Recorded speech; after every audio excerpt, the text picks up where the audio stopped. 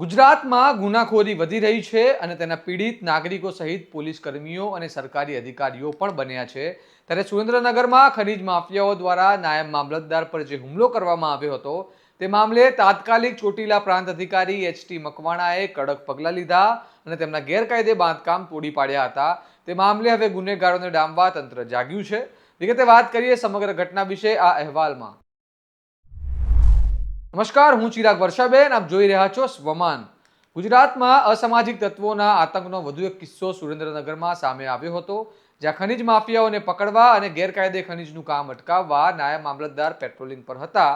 તે સમયે ભરત અલગોતર અને તેના અન્ય સાથીઓ દ્વારા તેમના પર હુમલો કરી જાનથી મારી નાખવાની ધમકીઓ આપી હતી, જે મામલે થાનગઢ પોલીસ સ્ટેશનમાં ફરિયાદ નોંધાઈ છે।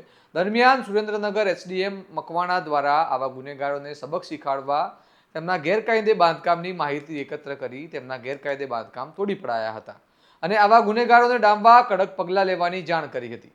સાંભળો આ મામલે એસડીએમએ શું કહ્યું। કોઈ પણ પ્રકારની ગેરકાયદેસર પ્રવૃત્તિ ચાલતી હોય એના માટે રાજ્ય સરકાર એને સંપૂર્ણપણે નેસ્ત નાબૂદ કરવા માટે કટિબદ્ધ છે, ઝીરો ટોલરન્સ છે અને એ જ નીતિને આગળ ધપાવવા માટે અત્રેના ચોટીલા સબ ડિવિઝનની અંદર જે પણ કોઈ થાનગઢ હોય કે મૂળી તાલુકાની અંદર જે પણ કોઈ કાર્બોસેલ કોલસાનું ગેરકાયદેસર ખનન પ્રવૃત્તિ ચાલી રહી હતી તેને નેસ્ત નાબૂદ કરવા માટે અગાઉ પણ ઘણી બધી રેડ પાડીને આ તમામ ગેરકાયદેસર પ્રવૃત્તિ નેસ્ત નાબૂદ કરવામાં આવી રહી છે અને એના જ ભાગરૂપે ગઈકાલે રાત્રે થાનગઢ મામલતદાર કચેરીની ટીમ છે એ અત્રે રાત્રે પેટ્રોલિંગમાં હતી અને તેઓની ટીમ ઉપર જે હુમલો થયો એ હુમલો ખરેખર ખૂબ જ ગંભીર બાબત છે અને મામલતદાર પોતે એક તાલુકાના વહીવટી વડા છે, મહેસૂલી વડા છે, પોતે એક્ઝિક્યુટિવ મેજિસ્ટ્રેટ છે અને જો તેઓની ટીમ ઉપર જે આવો હુમલો થાય એ બિલકુલ ચલાવી લેવાય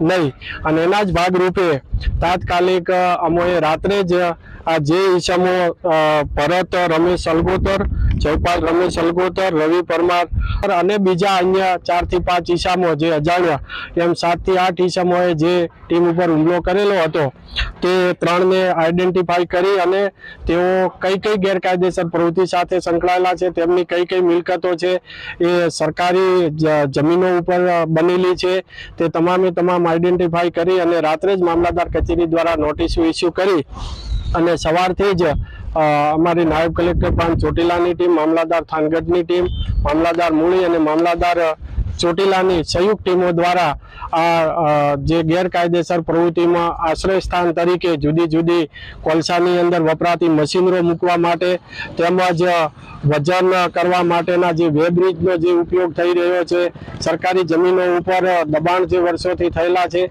એ તમામ બાબતોને ધ્યાને લઈ અને સવારથી જ વ્રજ ફાર્મ જે બનાવેલું હતું તે વ્રજ ફાર્મ, જય દ્વારકાધીશ વેબ્રિજ અને બીજા પણ આ બંને હાલ તોડી નાખવામાં આવેલા છે, દૂર કરવામાં આવેલ છે અને સાથે ભોયરેશ્વરની અંદર જે સરકારી જમીન ઉપર મિલકત છે એ મિલકત પણ અત્યારે થોડા ટાઈમ પછી એ પણ દૂર કરવામાં આવશે। સુરેન્દ્રનગરમાં ખનીજ માફિયાઓનો ત્રાસ ખૂબ જ ગંભીર છે।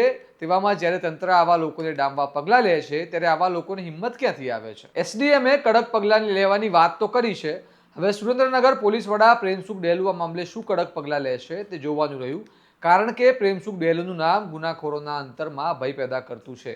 છતાં જો તેમના હોવા છતાં આવું ગુનેગારો આટલી હિંમત કરતા હોય તો સુરેન્દ્રનગરમાં ગુનેગારો કેટલા બેફામ હશે તે આપણે આ ઘટનાથી સમજી શકીએ છીએ। તમારું શું મંતવ્ય છે આ મામલે અમને કમેન્ટ કરીને જણાવો। આવા વિગતવાર અહેવાલ જો તમને પસંદ હોય તો ચેનલને લાઇક, શેર અને સબસ્ક્રાઇબ જરૂર કરો। આ વિડીયોને વધુમાં વધુ શેર કરો અને જોતા રહો તમારું સ્વમાન। નમસ્કાર।